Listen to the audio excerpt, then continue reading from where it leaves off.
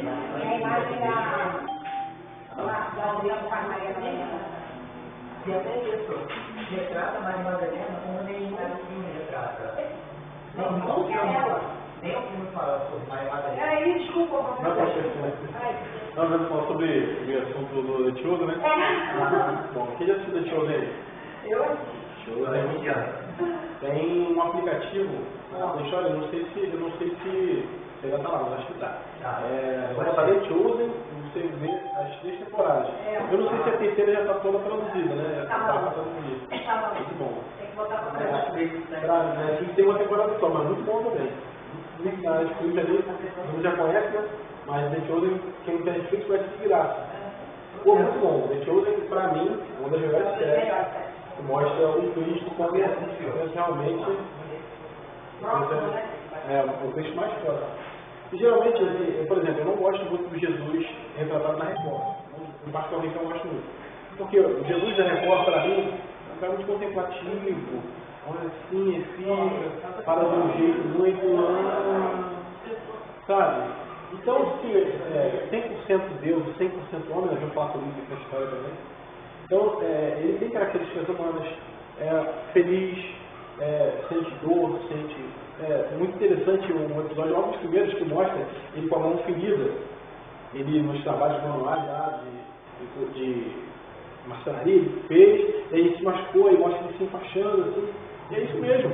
Ainda tem um episódio, quando ele curou várias pessoas no exército, mostra a cena no final, ele não conseguia nem se agachar para tirar as sandálias, e ele tirar as sandálias dele, foi a própria mãe limpar ali o pé dele, porque ele se acatava.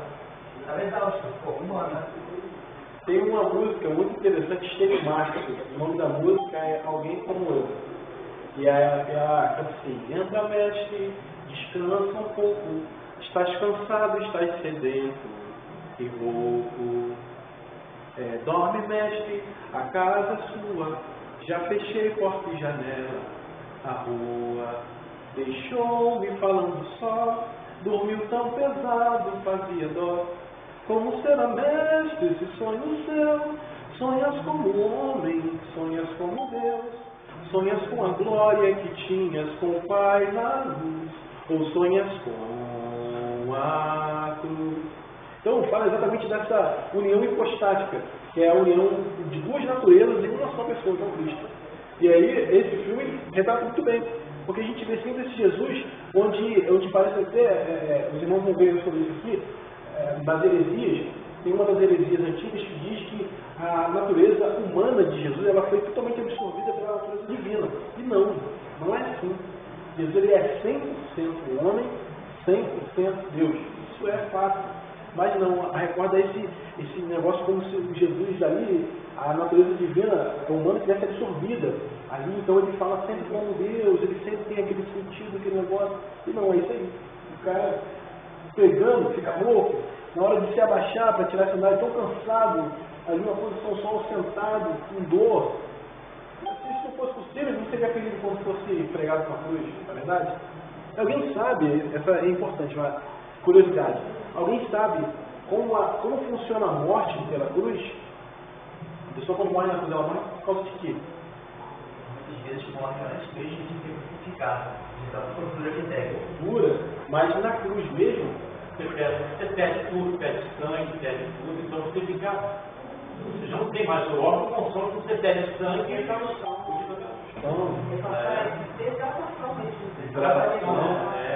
Tem relatos antigamente. Tem relatos antigamente das mortes por cruz durarem até 9 dias. As pessoas crucificadas ali, mas na verdade a morte por cruz é a morte por asfixia. Esse aí até uma parte que tem quando Jesus é curado, né? Isso. Que sai o sangue e água. Qual o significado? Sangue e água. Isso aí, e esse sangue e água ele atesta um derrame pericárdico, que é quando a pessoa fica sem ar e o pulmão enche de água. Quando a pessoa fica pregada na cruz, naquela posição, e é uma coisa muito interessante isso, ela vai perdendo as forças nas pernas, e aí, com o braço preso, o diafragma pressiona os pulmões, e a pessoa não consegue mais respirar. Daí aquela questão, por que os fariseus pediram para que se quebrasse as pernas dos presos, para que eles não ficassem presos muito tempo, durante a fé. A minha segunda pregação foi sobre isso. E falam muito que quando eles quebram, quando você está na cruz, tem um suporte que você coloca o pé. Quando quebra aquilo ali, é onde você começa a asfixia, né? O peso está sustentado naquele toquinho. Quando o toco é quebrado, você... Pode falar, pode falar.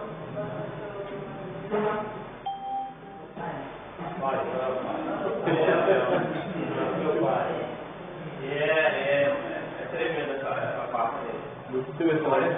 Agora que as costas de Jesus estava toda ferida, as coiteadas do corpo, e numa madeira que não era lisa, cheia de barba, toda vez que ele tinha que movimentar as costas para poder tentar respirar, as costas voltavam naquelas patas, toda machucada. Pode para ele respirar, ele tinha que apoiar o corpo dele sobre o pé e braço, forçando as feridas da mão, que davam feridas no pé de uma vez, e no pé a mesma coisa, uma ferida de uma vez. Imagina você na frente do tempo todo de feridas. Por exemplo, a irmã está meio pequena, sabe que ninguém suporta. Não, eles são várias vezes assim, Ninguém aguenta. no cadeiro, está com as pernas feitas, o diafragma está comprimido, ele não consegue respirar. Mas quando solta aquele toco ali, na realidade ele tem uma presunção, ele não é uma parada. A gente tem um conjunto de mas ele não consegue fazer mais. Ele morreu antes mesmo da crucificação, na tortura que ele sofreu. E uma coisa Tem alguns relatos que eu li, que as costas de Jesus não tinha mais nada, só tinha todas as costelas expostas, não tinha mais nada, não tinha nada. Por isso que ele já não podia todas as costas.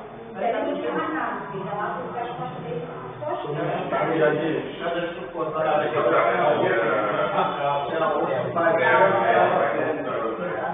tinha nada.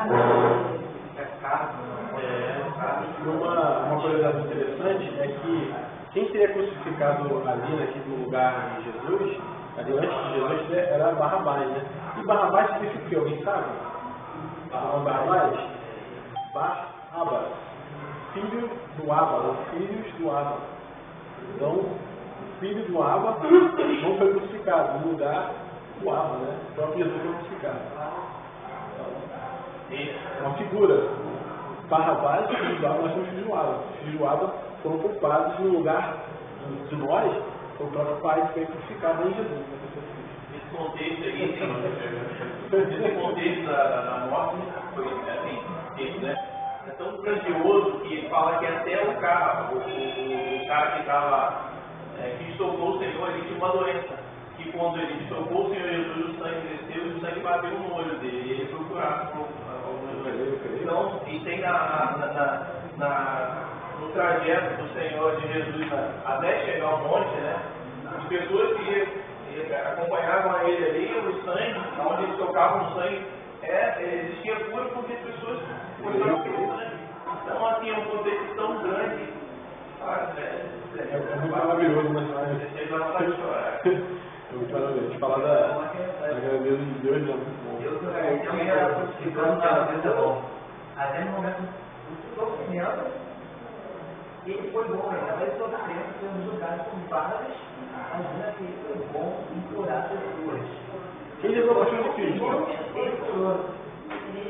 Quem já viu a Paixão de Cristo? O ator que faz Barrabás, eu tenho um livro. O nome dele é Convertido por um Olhar, o nome do livro dele.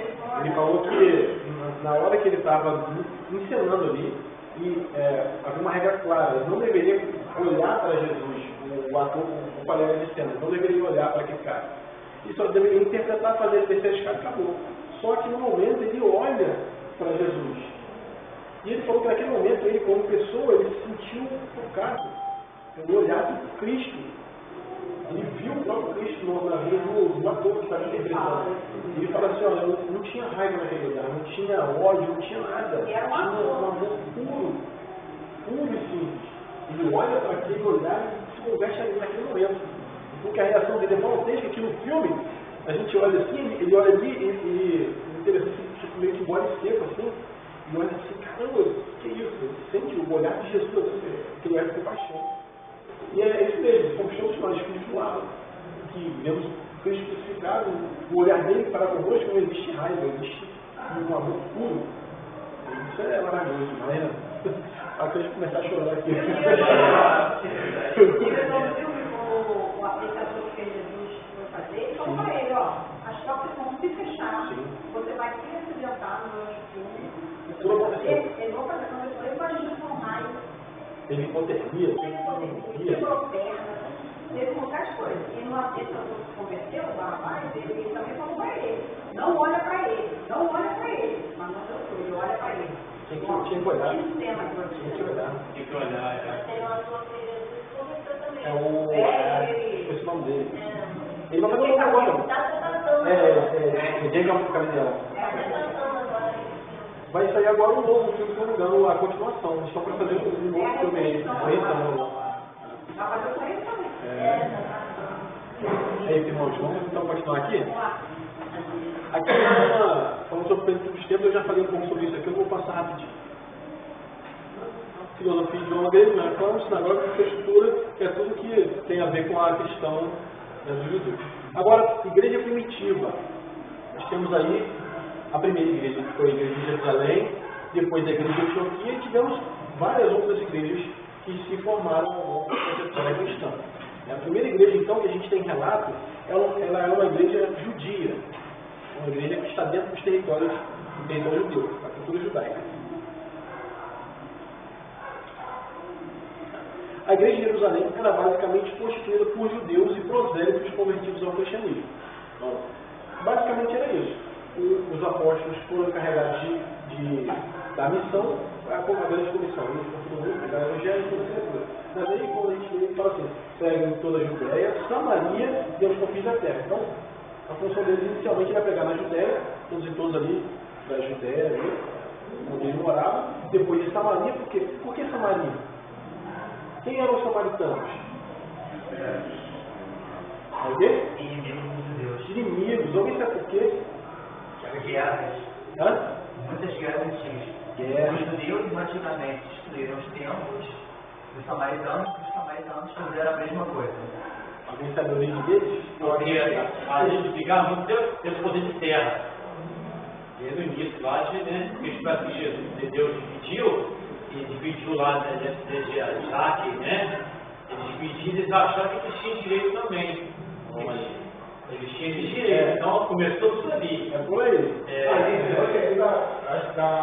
Na transição aqui de Davi para Salomão, quando Salomão iniciou o reinado ali, Salomão teve de conselho aos mais antigos. Foi na verdade foi o filho dele. Foi Roboão. E Roboão ali fez um mau conselho dos antigos ali, e aí o reinado se dividiu. Tem reino do norte e reino do sul. Aí começou essa guerra que se estendeu, e até hoje iniciou lá atrás. Por conta da divisão de reinado por conta de Jeroboão. Fica até hoje tudo isso. Então se dividiu ali. O norte foi Israel, Samaria e As 10 tribos de Judá e Benjamim. E abasteceu o outro. Dividiu os povos, o reino do norte e do sul. Samaria e Judá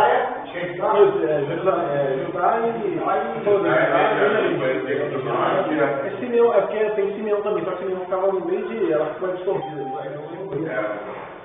E essa guerra se estendeu até a Foi isso mesmo.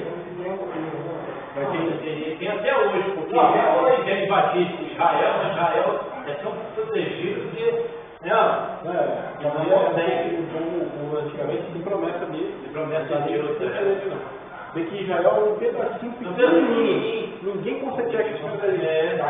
São quatro estrategistas, as forças especiais, as mais violentas do mundo, as operações que eles fazem são as mais bravas, que o pessoal infiltrado em tudo que é parte do mundo. E eles têm a maior agropecuária do mundo. Fora a tecnologia, né? Tecnologia também tem negócio de começou lá. É o carro-chefe deles, né? É o carro-chefe deles, grande atividade. Tanto que os egípcios acharam a abominação. Quem cuida de gado, quem cuida de animais, da terra, era a abominação para os egípcios. Porque a questão da terra, a questão de cuidar da terra, tudo vem antigamente. Estratégia militar, vem de Moisés, a gente vê toda a evolução da estratégia militar. Mas voltando à questão do Jerusalém, Samaria e tudo mais, isso acontece realmente como eu falou. Houve essa divisão do reino do sul e do norte. O reino do norte ficou encarregado de Jeroboão, que foi um outro rei colocado ali para substituir o Roboão, que ficou com a parte do sul. E aí, quando o povo peca e Deus permite outros povos entrarem e levarem esse povo cativo, a gente tem o povo do sul, o povo do norte se perdendo. Eles são, se não me engano, os assírios, eles chegam, vão à terra, levam o pessoal para a terra deles, e aí eles se espalham por todo mundo. Então você tem judeus espalhados em todos os lugares, né? Também na diáspora judaica para a Babilônia também, tem gente que não voltou, mas o povo do reino do norte, eles se perdem, eles ficam um pouco misturados. Então que quando o rei assírio ele fala que tem leões que invadem a terra e começam a matar o povo dele lá, então o povo assírio mata todo no reino do norte. E ele fala assim, olha, não faz isso não. Chama os profetas lá do reino do norte, do povo de Israel, e bota lá para eles ensinarem o culto do Deus da terra, para que a gente não seja devorado. E aí eles fazem um culto sincrético. Então eles creem em algumas coisas judaicas, mas juntam com coisas pagãs. Aí, para eles, para o povo do sul, eles fazem essa abominação. Essa rapaziada aí é abominação. Eles estão misturando coisas do nosso Deus com coisas de Deus pagãos. Então, olha, esse pessoal aí é imundo. É por isso que há essa rixa deles. Mas quando Jesus vem, manda pregar o Evangelho, e o Espírito Santo derramado sobre os samaritanos, aí é que ele fica mais. Todo começa a olhar com outros olhos, eles são um pouco irmãos. Eles são um pouco que é irmão. Assim como Esaú e Jacó. Deus, inclusive, faz, no Antigo Testamento, ele faz juízo sobre Esaú, porque Jacó queria passar, Israel queria passar por dentro da terra de Esaú, esqueci o nome que eles dão que ele chama vermelho. Mas eles querem passar pela terra de Esaú e eles não deixam eles passarem. E aí, por causa disso, Deus faz juízo. E aí, voltando aqui à questão da igreja de Jerusalém, é uma igreja cristã formada por prosélitos de judeus. E eles, olha, é o nosso mundo aqui. Vamos fazer essa igreja aqui. Quando nós vemos lá o apóstolo Pedro pregando, eles ganhando 3.000 almas na igreja. E é interessante que a igreja tem esse negócio. A igreja, Tertuliano diz que a perseguição é a semente da igreja. Então, quanto mais perseguição, mais a igreja cresce. É por isso que se a gente vê assim, olha, a igreja tal está sendo muito, o pessoal está gostando muito, o governo deu um terreno novo. Se a igreja o governo está a favor, as pessoas começam a gostar muito, já sabe que tem alguma coisa errada. Porque não é da natureza da igreja ser amada pelo mundo. Então, se a igreja está sendo amada pelo mundo, ela não está fazendo tudo que a palavra diz, que é o contrário. E as coisas de Deus para o homem, para o mundo, elas parecem loucura. Então, se a gente está vendo na igreja que todo mundo está gostando, que o mundo está adorando, está amando e tal, tem alguma coisa errada. Muita coisa errada. Então, amigo meu trabalho ele falou isso. Poxa, mas por que o pessoal, ele engraçado ele falando, poxa, mas alguns cristãos aqui, por que eles estão fazendo isso? Eles não deixam a gente em paz e tal. Aí eu falei, cara, você tem que entender que uma igreja que é amada pelo mundo, ela está em falta de Deus. Uma igreja por natureza não é amada pelo mundo. É o contrário. Porque as coisas do mundo, para Deus, elas são erradas, são puras. E a da igreja para o mundo, do reino de Deus para o mundo, é loucura também. A igreja, ela, por natureza, ela deve ser cada vez mais odiada pelo mundo. É um padrão da igreja primitiva. É um padrão da igreja primitiva. E as coisas começam a piorar. Quando Pedro angaria aquelas 3.000 almas, eles começam a crescer, se multiplicar e tal. Você vê que eles começam a se estabelecer ali. Por quê? Para os apóstolos, a visão da igreja ela era descentralizada. Então eles começam a meio que negligenciar um pouco aquele chamado de pregar o evangelho e tal. Então, mas o Espírito Santo é que guia a história. Não é que eles negligenciam, porque às vezes eles não sabiam como é que iam fazer. O Espírito Santo, peraí, que vai dar certo agora, uma perseguição. Dispara. Aí todo mundo sai correndo, sai daqui, pega uma quantidadezinha ali, e aí os outros vão para tal lugar. E aí se estabelece uma das igrejas mais importantes da antiguidade, que é a igreja em Antioquia. A igreja de Antioquia foi uma das maiores igrejas responsáveis por missões. A gente vê que Paulo, Barnabé, todos eles iam fazer viagens missionárias, eles iam e voltavam para Antioquia. A igreja de Antioquia era uma igreja grande, focada em missões. E era uma igreja gentílica. Não era uma igreja judia, como a gente viu a primeira lá. Ela foi a segunda igreja. Na lista de igrejas primitivas ali, ela foi a segunda igreja. Tem a primeira igreja, a igreja de Jerusalém, e a segunda igreja, a igreja de Antioquia. A segunda igreja é a de Antioquia na Síria, uma cidade sob domínio romano. Olha aí que legal. Essa igreja se destacou principalmente por ser um tipo de centro de envio e suporte de missionários, sendo mais citada que a igreja de Jerusalém. Então é o que nós vemos.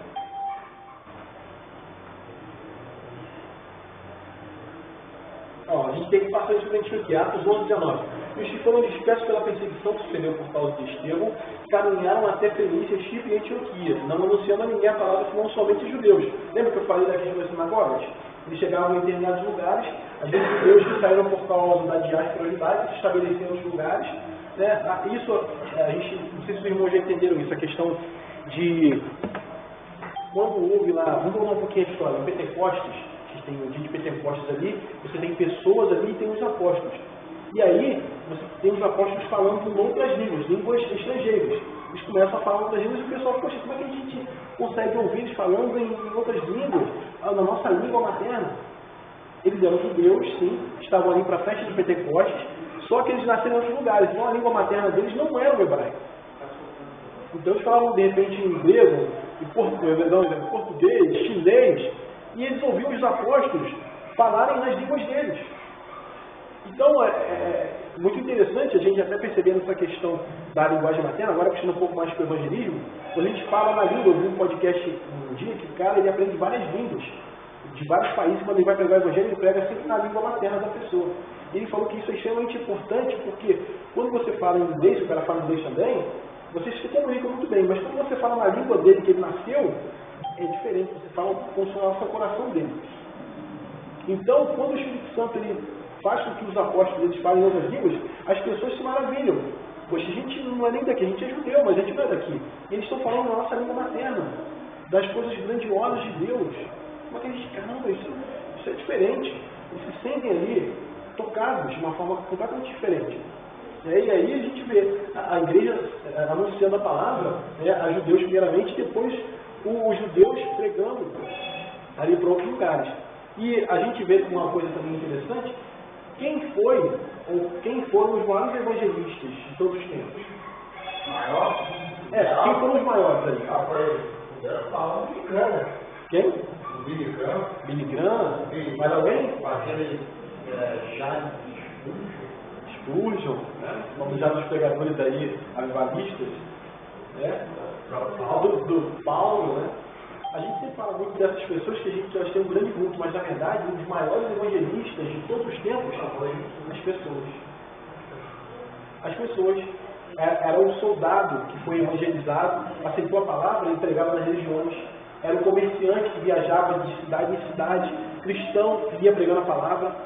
O apóstolo Paulo não foi realmente um grande evangelista, a gente tem um Billy Graham e outros também que foram atingindo milhões de pessoas também. Mas se não fosse o evangelho 1 a 1, como a gente vê, se não fosse os anônimos, não chegava pra gente não hoje. tinha chegado. Eu gosto muito dessa frase da Reis, da menina. Foi lá e pegou o banana. Namã, sim. E Namã, depois que ele passou a acreditar em Deus. Ele passou a crer em Deus, porque até que ele pede desculpa por estar no templo lá de Rimon, né, se ia jogar, mas ele não ia adorar. Mas ele tinha que se encurvar para ajudar, né? Desculpa, eu tenho que me encurvar, eu não quero adorar aqui, eu tenho que ajudar o chefe. Igual aquele que a gente subiu agora do peixe, O Jonas. Jonas, então, você vê, Jonas fugindo de Deus, fugindo, o que aconteceu aí? O povo como é que estava? Quando ele pregou, a cidade toda. Sim. Converteu.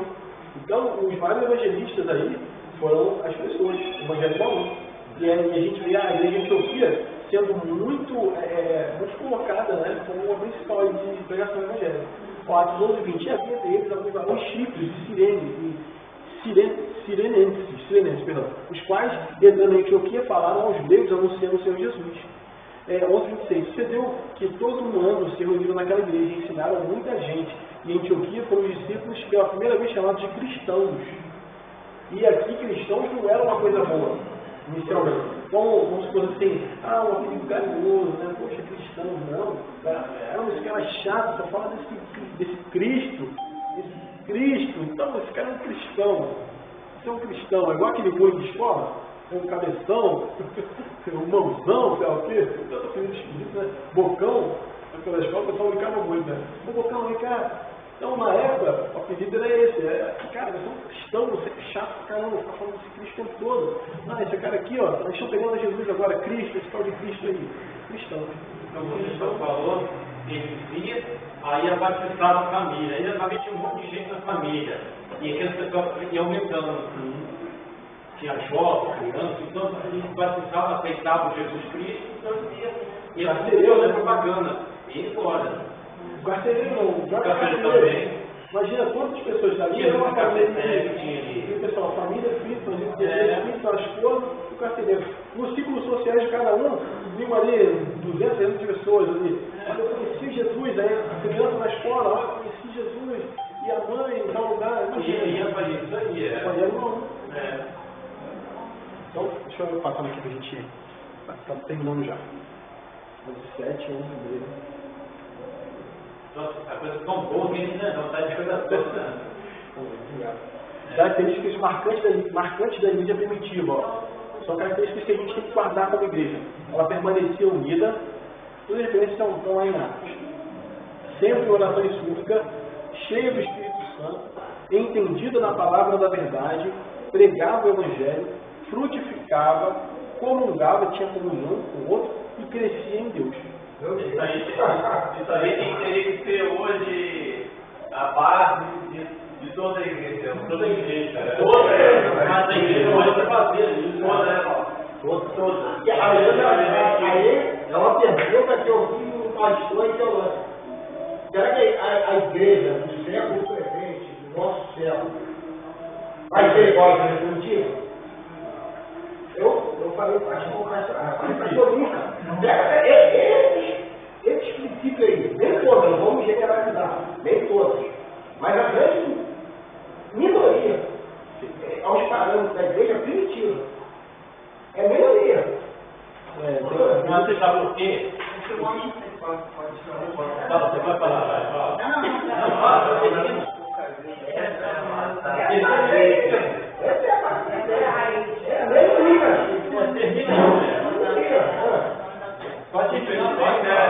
Às vezes você tem que ser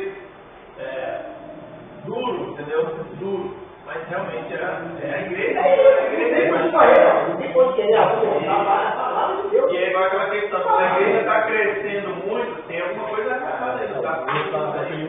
Aí a gente vê vamos analisar assim, cada um aqui vem do seu igreja. Mas que vezes a gente olhar com autocrítica, né, para a nossa igreja, não tem isso. Mas a gente fala, nem eu não falo da igreja dos outros, eu falo da minha. Mas a gente tem que começar pela nossa. Não tem que falar de igreja, nem falar de igreja, falar de o atendimento não é nem falar de igreja, é falar de nós mesmos, né? Porque a igreja somos nós que disseram. Diferente do próprio povo realmente entender que isso é importação do verdadeiro cristão, né? Exatamente. Tudo muda. Por isso a gente não está dando mesmo, para pensar. Será que a gente está unido com os irmãos? Será que a gente está coração? A gente está cheio de Espírito Santo? Entendido da palavra, pregando o Evangelho, frutificando. Se a gente não está fazendo, então a gente não está dando exemplo para que outros façam também. Comungando, né? Hoje Tem que estar aí, Eu acredito assim. naquele momento, né? Comungar, a pessoa pensa que é só na hora da ceia. Mas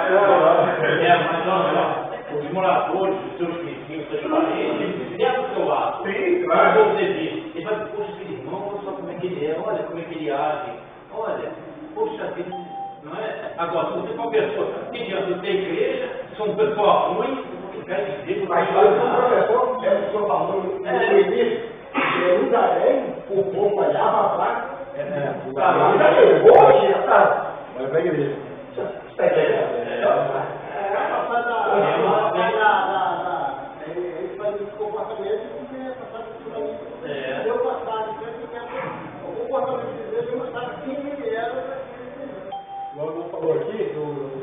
muito lá na igreja, assim, é muito mais culto nosso, culto é muito mais de segunda a sábado do que no domingo. O culto domingo é como eu, assim, a gente está junto, os dois juntos, mas o culto mesmo, durante a semana, é quando eu acordo, com a minha esposa, com a minha namorada, com o meu filho, com o meu esposo, meu namorado, no trânsito a gente dirige, né? Aí aquele abençoado de Deus, glória, no posto de gasolina.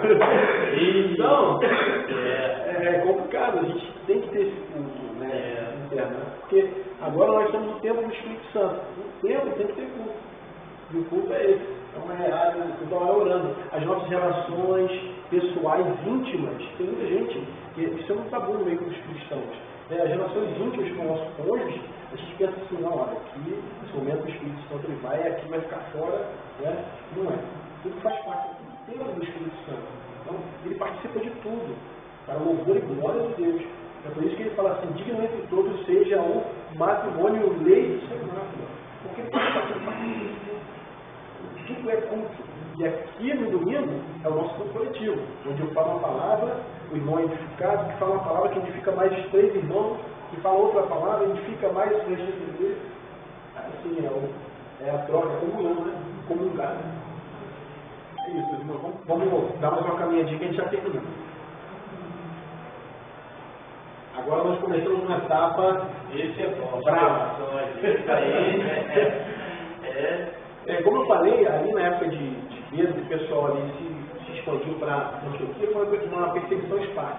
Foi de judeu para judeu, como diz aqui, nos primeiros anos de cristianismo, as perseguições eram de judeus para cristãos. O Império Romano não intervinha a menos que fosse necessário. Teve um imperador, uma vez, que ele expulsou os judeus e os cristãos da cidade romana por causa de uma confusão. Olha, tem uma confusão aqui, esse pessoal está aí brigando, ó, expulsa todo mundo. Ele interviu, mas não com morte, não com nada disso. Ele só, tira esse pessoal aqui, só está usando balbúrdia. Até quando Paulo foi preso, né? Nossa, aquela confusão danada, não chegava, esse cara aqui. Isso, é os judeus. Nossa, né? Foi as viagens que passou. Foi quase que foi morto da forma de Tiago VI, né? Então, inicialmente era isso. Mas depois aconteceram certas coisas que começaram a prejudicar um pouco mais. Aí a gente tem com as piores perseguições, as mais importantes, né, que aconteceram. O reinado de Nero, Domiciano, Trajano, Décio e Diocleciano. E essa última aí foi a pior de todas. São as principais perseguições ao cristianismo. Nero, em 64, Roma ela teve um grande incêndio. Deixa eu dar uma passadinha aqui, na próxima tem os imperadores. Matavam os nossos covardias. Aí, ó. Olha lá, Nero, Domiciano, Trajano, Décio e Diocleciano. Só gente boa. Aí a gente tem os motivos, por conveniência, por causa do imperador, por causa de denúncias e por causa de religião. As perseguições foram basicamente por isso. Conveniência foi Nero. O que aconteceu? Roma, ela teve um grande incêndio, em 64, ele durou 6 dias e 7 noites. E esse incêndio destruiu 10 das 14 regiões de Roma. Destruiu muito, e 3 foram totalmente destruídos. Nero, ele foi culpado, porque depois de 10 anos de governo de Nero, o pessoal começou a dizer que está ficando doido. Ele era egomaníaco, então, mania de grandeza, queria ser, né, colocado assim, todo mundo fala, tem até um programa que lembra de gravava CD em um computador, quem lembra de gravar CD no computador? Botava assim, tinha um programa chamado Nero.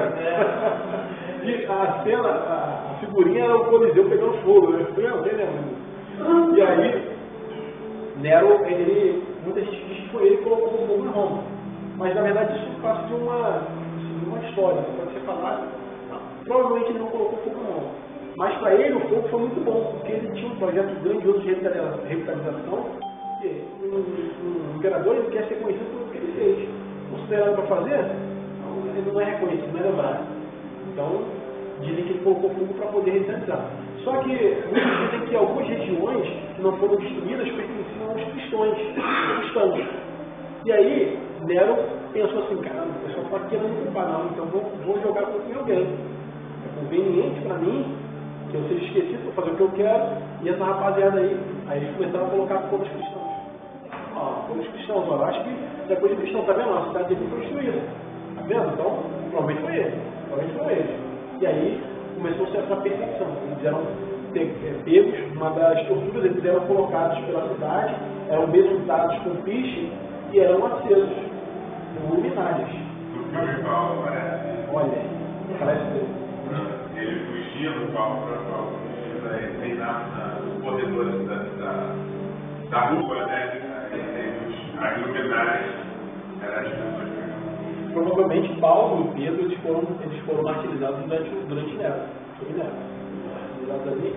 Paulo, né, aquela cena icônica, Pedro, né, aquela cena icônica sendo crucificado de cabeça para baixo, hora de crucificado.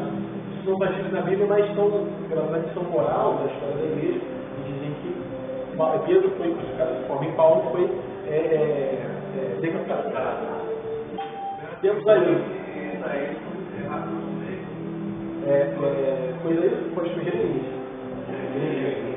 Errado mesmo. Terra gigante, imagina. Quem seria capaz de... Vou recomendar aos irmãos depois, vou lá no grupo lá, um podcast sobre perseguição. É um dos podcasts mais maravilhosos, terríveis. Douglas Gonçalves, quem está falando é a Ariadna de Oliveira, uma grande pregadora do Evangelho, assim, na área de missões. Já viu esse podcast? Não, eu acompanhei. É assim, é apavorante. É apavorante, assim. Eu não sei se teria coragem, né? Vendo tudo aquilo. É difícil. Mas... Eu estava vendo uma vez falando... O pastor Bruno falou no Novo Testamento, ele falou sobre o Coliseu, né? Os espetáculos que era colocado os cristãos, né? Que era... não, no Coliseu para os leões. Aí eu fui ver, aí tem um vídeo lá que entra lá um monte dos crentes, né? Da época, aí tem até um cara lá com filho. Tal, eu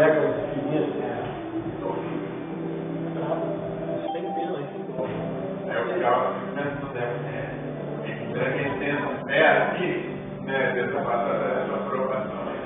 Se a gente tem a coragem, né, de se ver pelo nome de Jesus, ser decapitado.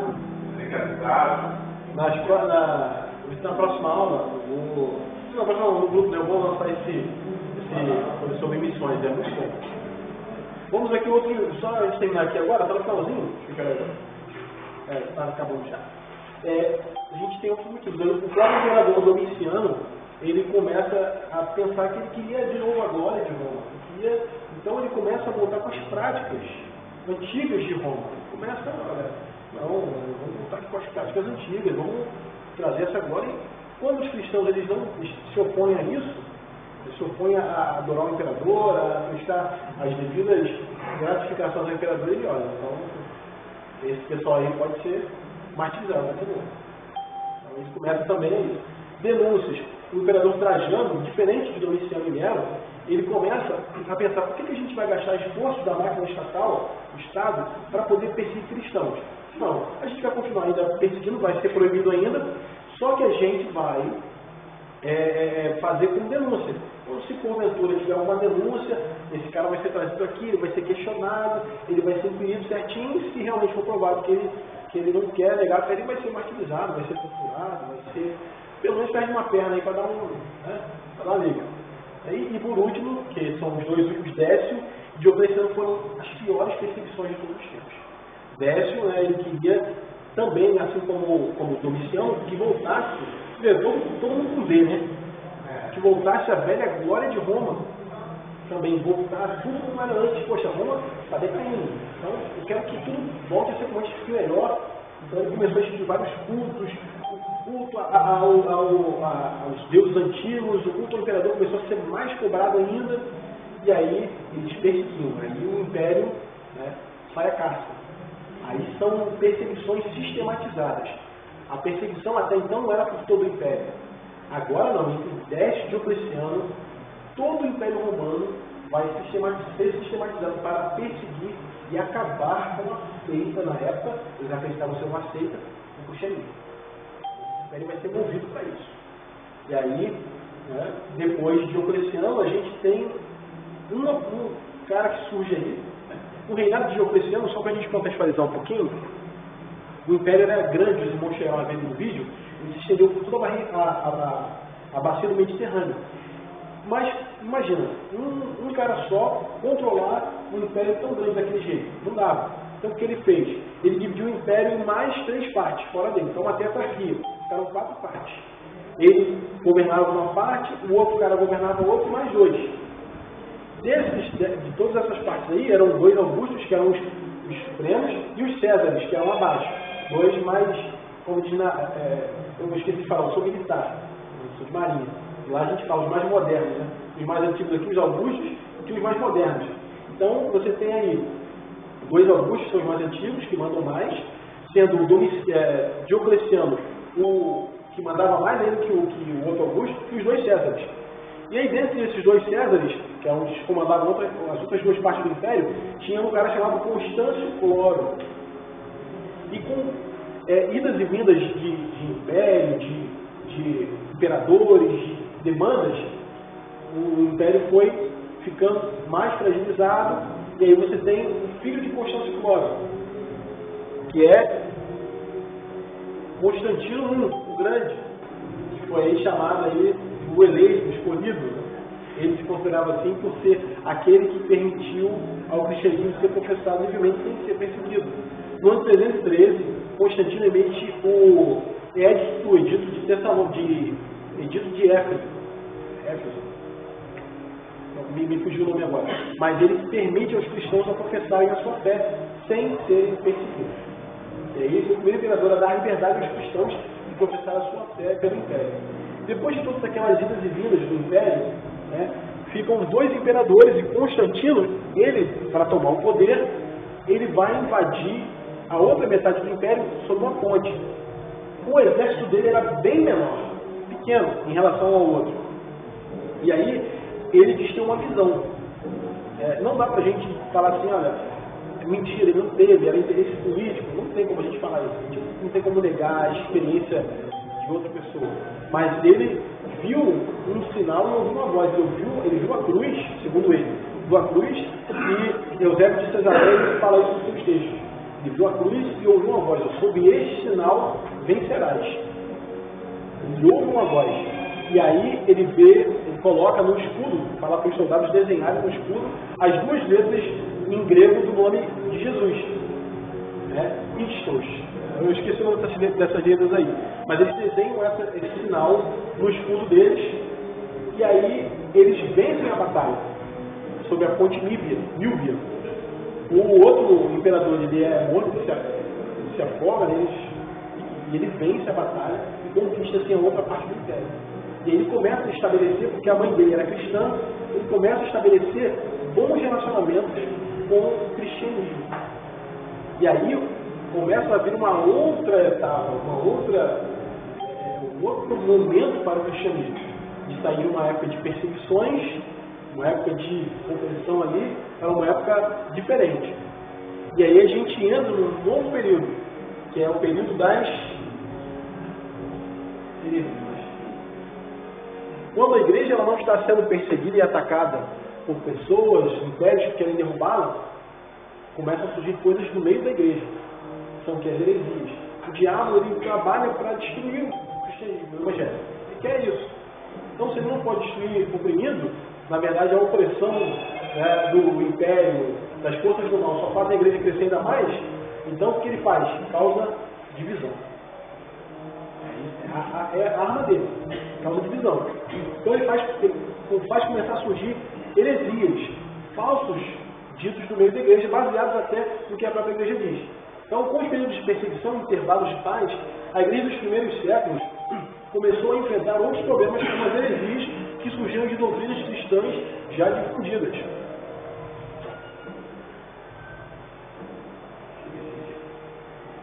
Aí eu botei aqui algumas heresias. Marcionismo, que nega o Antigo Testamento. Inclusive eu tenho um amigo do trabalho, que ele é assim, ele entende que o Velho Testamento, que é dito ali, o Deus do Velho Testamento não é o nosso Deus. Ele acha que é o diabo que enganou Moisés, é uma teoria de só Jesus. Ele crê naquilo piamente. Então, o marcionismo, que nega o Antigo Testamento, o gnosticismo, diz que a matéria é má. A matéria é como assim o corpo. Tudo que é matéria é mal. Então, existe um Deus que é soberano, só que ele é muito elevado. Então, ele não tem nada a ver com o mundo físico. Então, ele cria outros deuses menores, e esses deuses menores, eles criam um mundo. Só que esses deuses menores, eles são maus. Então, é baseado nisso, esse dualismo. Tudo que é matéria é mal e tudo que é espiritual é bom. Montanismo é montando, ele se diz comparar com o Evangelho. Ele que está em pé de igualdade com o Espírito Santo. É esse padrão. Só a nata, que é de pior. Sabelianismo, Sabélio. Deus se transforma temporariamente. Então, Deus em um momento ele foi Deus soberano, depois ele se transformou em Jesus, depois ele se transformou em Espírito Santo. O sabelianismo pensa nisso. O maniqueísmo, o mundo é dominado por forças opostas. São forças em pé de igualdade. O bem e o mal estão aqui, ó, na base. Então, o bem e o mal estão ali em pé de igualdade. A gente sabe muito bem que não é assim, né? Deus assinou todas as coisas e o mal é a ausência de Deus. Inclusive, o interessante, estava conversando com o Padre Duane e falou assim, porque o pessoal acha que o diabo é o mal. Eu falei, é verdade, eu nunca tinha pensado nisso. E, na verdade, o diabo ele não é o mal, ele é uma personificação do mal, mas o mal é a ausência de Deus. Porque se a gente coloca o diabo como mal e Deus como bom, a gente acaba fazendo isso aqui. Coloca bem e mal como duas forças que controlam o mundo em pé de igualdade. Nunca. O mal é a ausência de Deus. O diabo é a personificação do mal, porque ele escolheu ser oposto a Deus. Mas ele não está em pé de igualdade. Até que nem o inferno ele manda. Nossa, qual é a tradução? Qual é a feita para ele? Qual é a tradução do diabo, de demônio? Qual a tradução dele? O demônio. Deus é coisa, né? Demônio é Satanás, sim. Tem diferença. A Jesus na Bíblia ele fala Satanás, entendeu? Não de mim, Satanás, você não presta surpresa. Porque ele não chama o demônio. Porque domina a palavra, você vai escutar, você vai crescer ele. E muitas coisas que tem que fazer falar. É verdade. Você fortalece ele. Você acaba dando poder a ele. Poder ele, sem as suas palavras. A gente tem que ter muito cuidado com isso. É verdade. Que a gente fala, né? E E para fechar aqui agora, alienismo. Essa aqui é importante. A gente vai falar sobre ela. Nega a divindade de Jesus. Olha só. E apolinarismo, Jesus tinha corpo humano e mente divina. Então, Jesus não tem duas naturezas. Então, ele tinha um corpo humano e mente divina. Era uma natureza divina aqui e só o externo que era humano. E a gente vê pela Bíblia que não é assim. 100% homem, 100% Deus. 100%. Irmãos, vamos parar por aqui por enquanto. Já são... Está ótimo, certinho, 11h30 agora. Na próxima aula nós vamos falar sobre outros assuntos. Já vamos entrar nos assuntos da origem das igrejas, a origem das diversas linhas ali, batistas, italianos, como é que a igreja fica diante de todo esse caldo aí. Isso aqui é um caldo, né? A gente vai botando, no final, forma a nós. Bem? A gente não foi criado por Deus, foi um homem que botou, foi criando religião, fazendo isso, fazendo aquilo. Mas olha só, mais um tempo de lá do Império, quando Deus tirou o povo lá do Egito. Sim. Então, qual é a religião dele? Lá do Egito? Aí eles têm vários deuses. Tem lá porque chegava um Deus ali, da parte do Egito, não foi? Sim. Que Deus da Bíblia também. Mas o arquiteto todo, quem esqueceu que Jesus foi lá ver a pedra angular, é a maçonaria. Ah, tá. Que é uma das coisas mais velhas. Sim. Salomão aí é um grande... Salomão, que conseguiu com o Salomão. Talvez que um gelo na época era o mais famoso do mundo, chamou para fazer o templo, mas o que aconteceu? Ele contaminou o gelo, atrás da cabeça dele. Ele não ouviu o que ele queria. Esse casal, como a gente sabe, fez tudo um pouco, né? se casou com muitas mulheres, teve muita riqueza, muitos carros e cavalos, tudo que a lei diz que o rei não teve. Então, a receita certa para dar errado, né? Então é isso, meus irmãos. Vamos orar para a gente terminar. 11h30 está na hora certinha. Ainda tem que agora? Não, vou acabar. Se você tiver alguma questão, alguma pergunta, alguma coisa, pode trazer. Eu acabei me enrolando aqui, eu perguntei se alguém tinha alguma questão aí. Mas no próximo aula a gente já vai preparar.